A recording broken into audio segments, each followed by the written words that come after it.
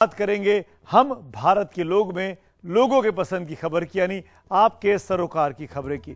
आज तीन बड़ी खबरें लेकर जब आपके सामने हाजिर हुए हैं, उन तीनों खबरों में आपकी दिलचस्पी बहुत ज्यादा रहने वाली है। पहली खबर, मुंबई के पास पालघर में चलती ट्रेन में शूट आउट हुआ। एक वर्दीधारी ने सरेआम एक रक्षक ने भक्षक का रूप बना और 4 लोगों की निर्मम हत्या कर दी, जिसमें उसका एक सीनियर भी था। इस खबर को विस्तार से जानेंगे, आखिरकार कोई ऐसा क्यों करता है और क्या अब हथियार वाले पुलिस वाले आम व्यक्ति के लिए भी खतरनाक बन गए हैं। दूसरी खबर की बात करते हैं। आज की दूसरी बड़ी खबर है जो कि उत्तर प्रदेश से आई है। मुख्यमंत्री सीएम योगी आदित्यनाथ का बयान आया है। कहा है कि आखिरकार त्रिशूल मस्जिद में, यानी ज्ञानव्यापी मस्जिद में क्या कर रहा है। त्रिशूल का होना ही इशारा है साफ साफ कि वहां पर मंदिर था। क्यों कहा योगी आदित्यनाथ ने बयान, क्यों दिया? थर्सडे को हियरिंग होनी है, एएसआई के सर्वे का नतीजा आना है। उसके पहले इस बयान के क्या मायने हैं, इस पर भी हम बात करेंगे। और साथ ही तीसरी बड़ी खबर जो आज जिस पर हमारी नजर है, आपको याद होगा पिछले हफ्ते हमने आपको खबर दिखाई थी, आईआईटी और आईआईएम में एससी, एसटी और ओबीसी के छात्र ड्रॉप आउट्स कर रहे हैं। उस ड्रॉप आउट रेट को कम करने के लिए एक फॉर्मूला निकला है।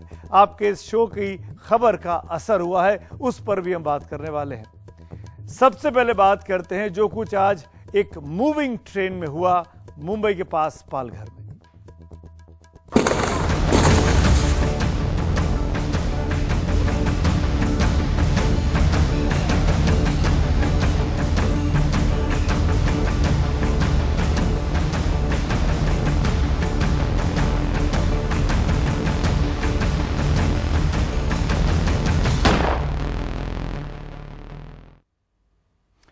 महाराष्ट्र के पालघर से आज की सबसे बड़ी यह खबर आई है। जयपुर से मुंबई जा रही ट्रेन में पालघर के पास अंधाधुंध फायरिंग की गई। आरपीएफ के सब इंस्पेक्टर के साथ 3 यात्रियों की मौत। आरोपी कांस्टेबल चेतन कुमार सिंह ने एएसआई अपने खुद के सीनियर टीकाराम पर गोलियां चलाई थी। आरोपी ने यह गोलियां 3 अलग अलग डब्बों में जाके चलाई। B5 पेंट्री कार और S6 में 12 राउंड की गोलियां फायरिंग की गई हैं और पूरी की पूरी ट्रेन सुबह के करीब 5:30 बजे के आसपास का यह हादसा है। पूरी की पूरी ट्रेन के यात्री दहशत में आ गए थे। हत्या के बाद आरोपी कांस्टेबल ने भागने की भी कोशिश की। रेलवे प्रोटेक्शन फोर्स का एक कांस्टेबल है, चेतन कुमार सिंह इसका नाम बताया जा रहा है। इसने इस हत्याकांड के बाद भागने की कोशिश की, दहीसर स्टेशन के पास चेन पुलिंग की और कूद गया। आरोपी को बाद में राइफल के साथ ही रेलवे की पुलिस ने ही गिरफ्तार किया है। बताया जा रहा है कि आरोपी मानसिक रूप से बीमार था, जैसा कि जानकारी आरपीएफ के सूत्र इस पूरी खबर पर दे रहे हैं। वो परेशान चल रहा था, वो नाराज चल रहा था। सीनियर एएसआई टीकाराम मीना उन पर फायरिंग की और उसके बाद 3 अलग अलग बोगियों के 3 और पैसेंजर जो थे उन पे फायरिंग की। ये चारों की अनफॉर्चुनेटली डेथ हो गई है। उसके बाद ये ट्रेन मीरा रोड तक जब आई तब किसी पैसेंजर ने चेन पुल की सेफ्टी के लिए और गाड़ी रुक गई। तब ये चेतन सिंह इसने भागने की कोशिश की, लेकिन जीआरपी के और आरपीएफ के जो पुलिसकर्मी वहाँ तैनात थे उन्होंने बड़ी धैर्यता से उसे पकड़ा। घर वालों को कोई सूचना नहीं दी है। अच्छा। और जैसे हम भाई हैं सारे, उनको तो सबको पता चल गया है। और जो उनका लड़का है दिलकुश, वो गोवा गया हुआ था और वो वहाँ पहुँच रहा है। गोली लगने की सूचना मिली है? गोली लगने की सूचना कब से थे ये आरपीएफ में? आरपीएफ में सर हमारा जन्म और उससे पहले थे। तब से थे। अभी पोस्टिंग कहाँ से? इनकी पोस्टिंग सर बम्बई थी। टीकाराम साहब का रिटायरमेंट तय था, उनके बड़े बड़े बच्चे हैं। अगले साल 2 साल के बाद 2025 में उनको रिटायरमेंट लेना था और उसके पहले ये बड़ा हादसा होता है और इस हादसे में उनका ही सबॉर्डिनेट, उनका ही जूनियर उनको ही गोलियों से छलनी कर देता है और उनकी हत्या कर देता है। आगे बढ़ते हैं। इसी खबर की अब आपको ग्राफिक्स के जरिए समझाने की कोशिश करते हैं। दरअसल सुबह 5:30 बजे के आसपास इस ट्रेन में हुआ क्या था। ट्रेन चल रही थी, शूट आउट एक जगह पर नहीं हुआ, 3 अलग अलग बोगियों में हुआ है। पहला शूट आउट S6 में हुआ जो कि 8वें नंबर की बोगी थी। उसके बाद ये आगे बढ़ता है चेतन, फिर 11 नंबर की बोगी पेंट्री कार में शूट आउट करता है और फिर 16 नंबर की बोगी में B6 जो था, जो कोच नंबर था, उसमें जाके शूट आउट करता है। यानी 3 अलग अलग जगहों पर जाकर शूटिंग करता है। फायरिंग करता है जिसमें लोगों की 4 लोगों की मौत हो जाती है। करीब 12 राउंड ये फायरिंग होती है। आपको बता दें, इसके बाद ये व्यक्ति, ये चेतन, भागने की कोशिश भी करता है।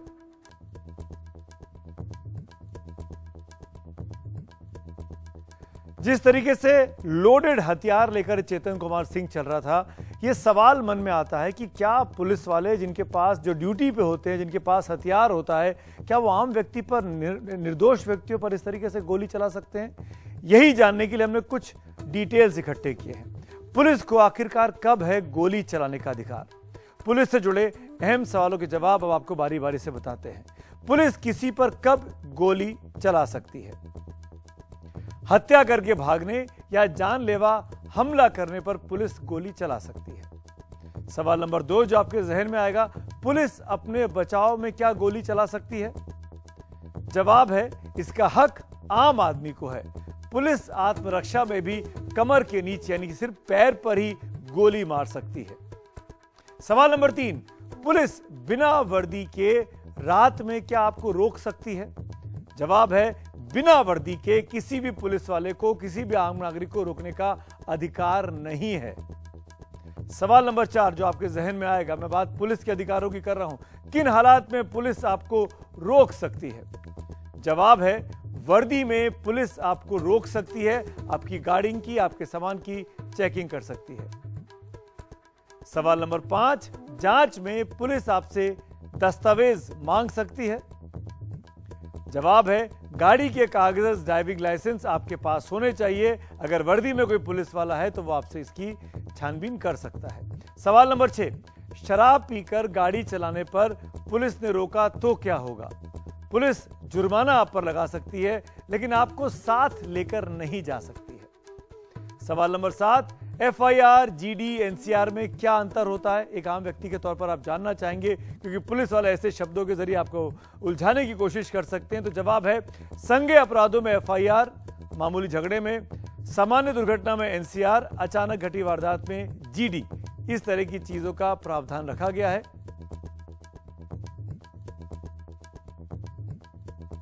और इसी मुद्दे को और समझने के लिए कि क्या पुलिस वाले जिनके पास लोडेड हथियार हैं, वो चलता फिरता बॉम्ब है क्या? किसी को भी फायरिंग करने का अधिकार उनके पास है क्या? हमने जानने की कोशिश की उत्तर प्रदेश के DGP रह चुके विक्रम सिंह साहब से। आइए जानते हैं कि क्या होता है ऐसे मामलों में। पुलिस नेतृत्व को यह चाहिए कि सभी को यह स्पष्ट कर दें कि वांछित जो विश्राम है, अवकाश है, जो और अनिवार्यताएं हैं, सालाना मेडिकल परीक्षण जिसमें मनोचिकित्सक के द्वारा भी मानसिक संतुलन के बारे में मूल्यांकन किया जाए, कि अगर किसी तरह की इंस्टेबिलिटी दिखाई पड़ती है तो उनको सशस्त्र ड्यूटी पे न लगाया जाए, बल्कि जब शस्त्र दिए जाते हैं तो उसके बारे में जानकारी भी दी जाती है अधिकारियों कर्मचारियों को कि किन परिस्थितियों में हथियार का इस्तेमाल या गोली चलाने की कार्रवाई की जा सकती है।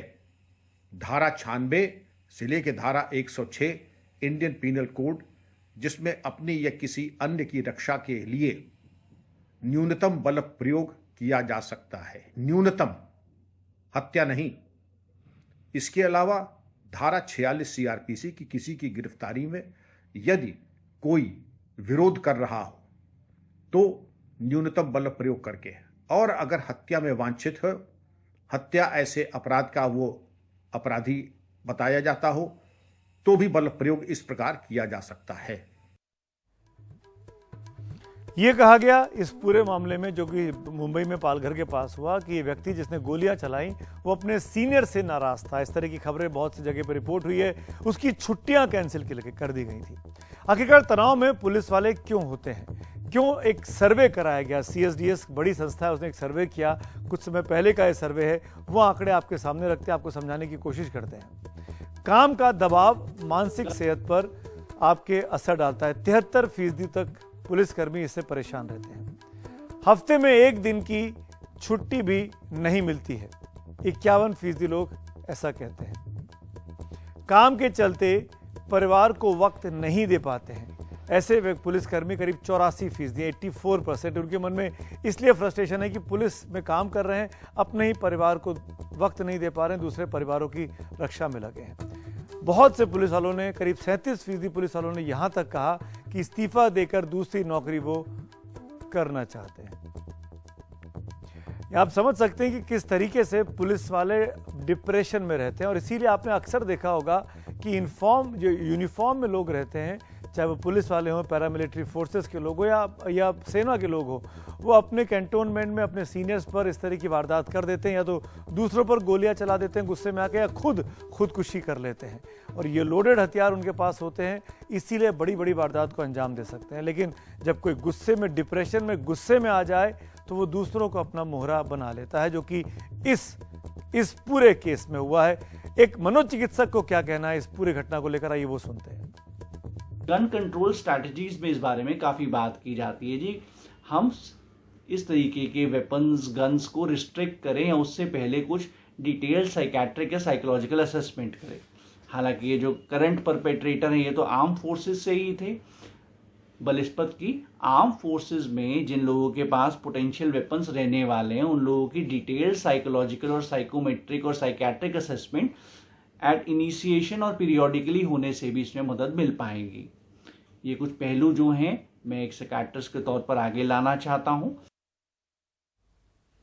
अरे बढ़ते आज की अगली खबर की ओर। जैसे कि हमने आपको कहा था कि एक नेता का बयान जिसने आज दिन भर सुर्खियां बटोरी, और वो नेता हैं उत्तर प्रदेश के मुख्यमंत्री योगी आदित्यनाथ। सुबह सुबह इनका एक बयान आज वायरल होता है।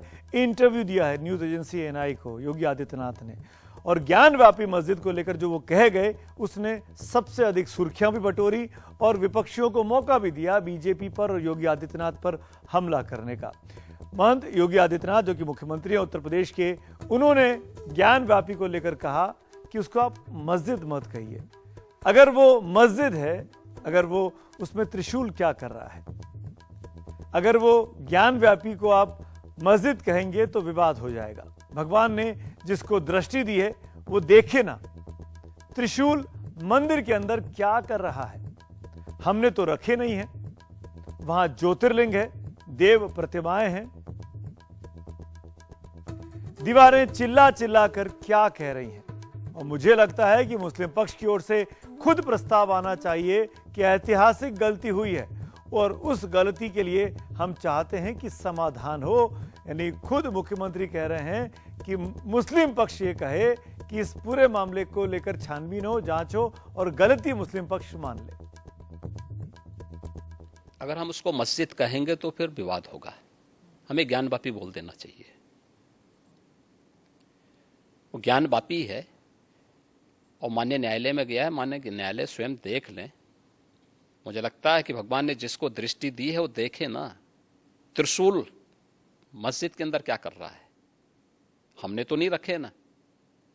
वहां तो सुरक्षा है, सेंट्रल फोर्सेज है, उनके मुतवल्ली हैं, ताला चाबी उनके पास रहती है। त्रिशूल कैसे वहां बने हुए हैं? आप इतिहास में तोड़ मरोड़ कर सकते हैं, लेकिन उन ऐतिहासिक साक्ष्यों के साथ नहीं जो वहां की दीवारें चिल्ला चिल्ला के कहती हैं। और उन ऐतिहासिक साक्ष्यों को भी देखने की आवश्यकता है। और मुझे लगता है कि ये प्रस्ताव मुस्लिम समाज की तरफ से आना चाहिए कि साहब ऐतिहासिक गलती हुई है और उस गलती के लिए हम चाहते हैं समाधान हो। इसी इंटरव्यू में मुख्यमंत्री योगी आदित्यनाथ ने यूनिफॉर्म सिविल कोड की बात भी की है और कहा है कि एक देश में एक ही कानून होना चाहिए। और उनके इस बयानों को लेकर विपक्ष ने उन पर अब निशाना साधना शुरू किया है।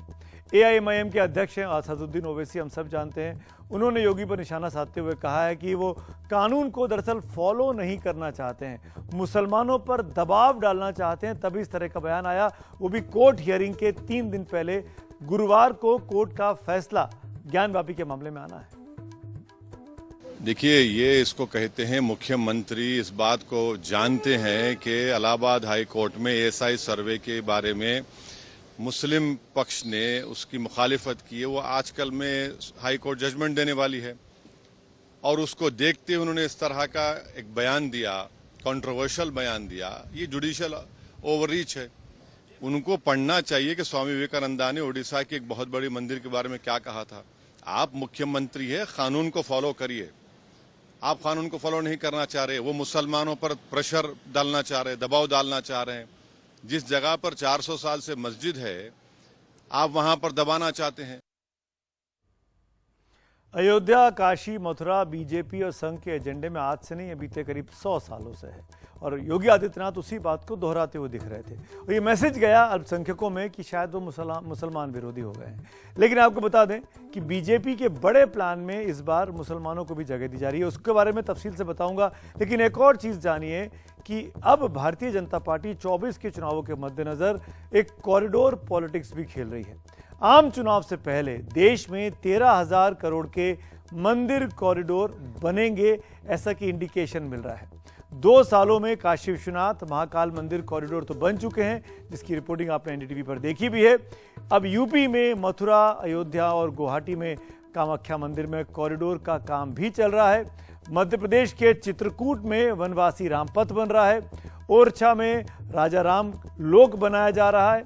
दतिया में पीताम्बरा पीठ कॉरिडोर का काम भी जोर शोर से चल रहा है। 21 में से 11 कॉरिडोर तो मध्य प्रदेश में है, वो मध्य प्रदेश जो इस साल के आखिर में नवंबर-दिसंबर के महीने में चुनावों में जा रहा है। यानी कॉरिडोर्स बन रहे हैं, मंदिरों का पुनरुद्धार किया जा रहा है, टूरिज्म को बढ़ाया जा रहा है और उसके साथ साथ ये हमला भी किया जा रहा है कि हम केवल हिंदुओं की बात नहीं कर रहे हैं, हम मुसलमानों की बात भी कर रहे हैं। और ये मैं क्यों कह रहा हूं, ये आपको अगले खबर से पता लगेगा।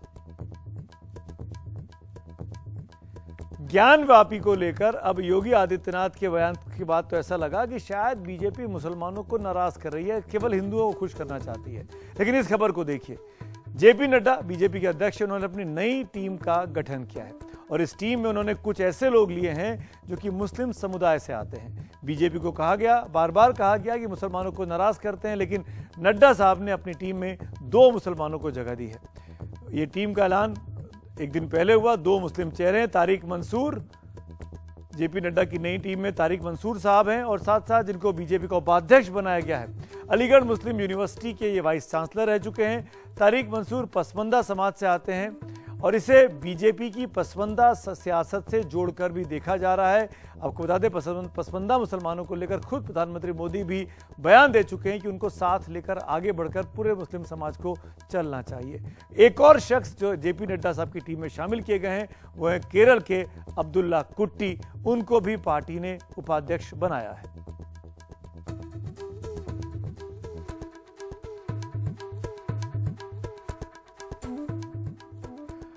और अब वक्त हो रहा है एक ब्रेक का। ब्रेक के बाद जब लौटेंगे हम भारत के लोग में, तो बात करेंगे एक ऐसे शख्स की जिसका वीडियो बहुत वायरल है, पर यह वायरल वीडियो दरअसल बहुत पुराना है।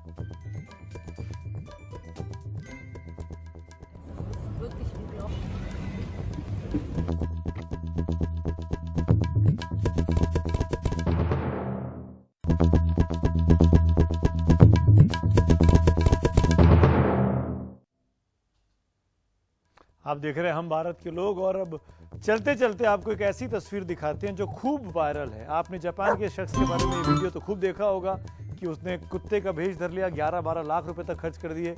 वायरल वीडियो है, लेकिन पीछे की कहानी ये है कि 1 साल पुराना वीडियो है ये, कि अब वायरल हो रहा है। जी हाँ, एनडीटीवी अपने आप इस खबर को 1 साल पहले दिखा चुका है, मई के महीने में 2022 में। अब ये वीडियो वायरल हुआ है, ये ताज़ा खबर नहीं है। वायरल वीडियो कब वायरल कर दे ये कोई नहीं जानता है।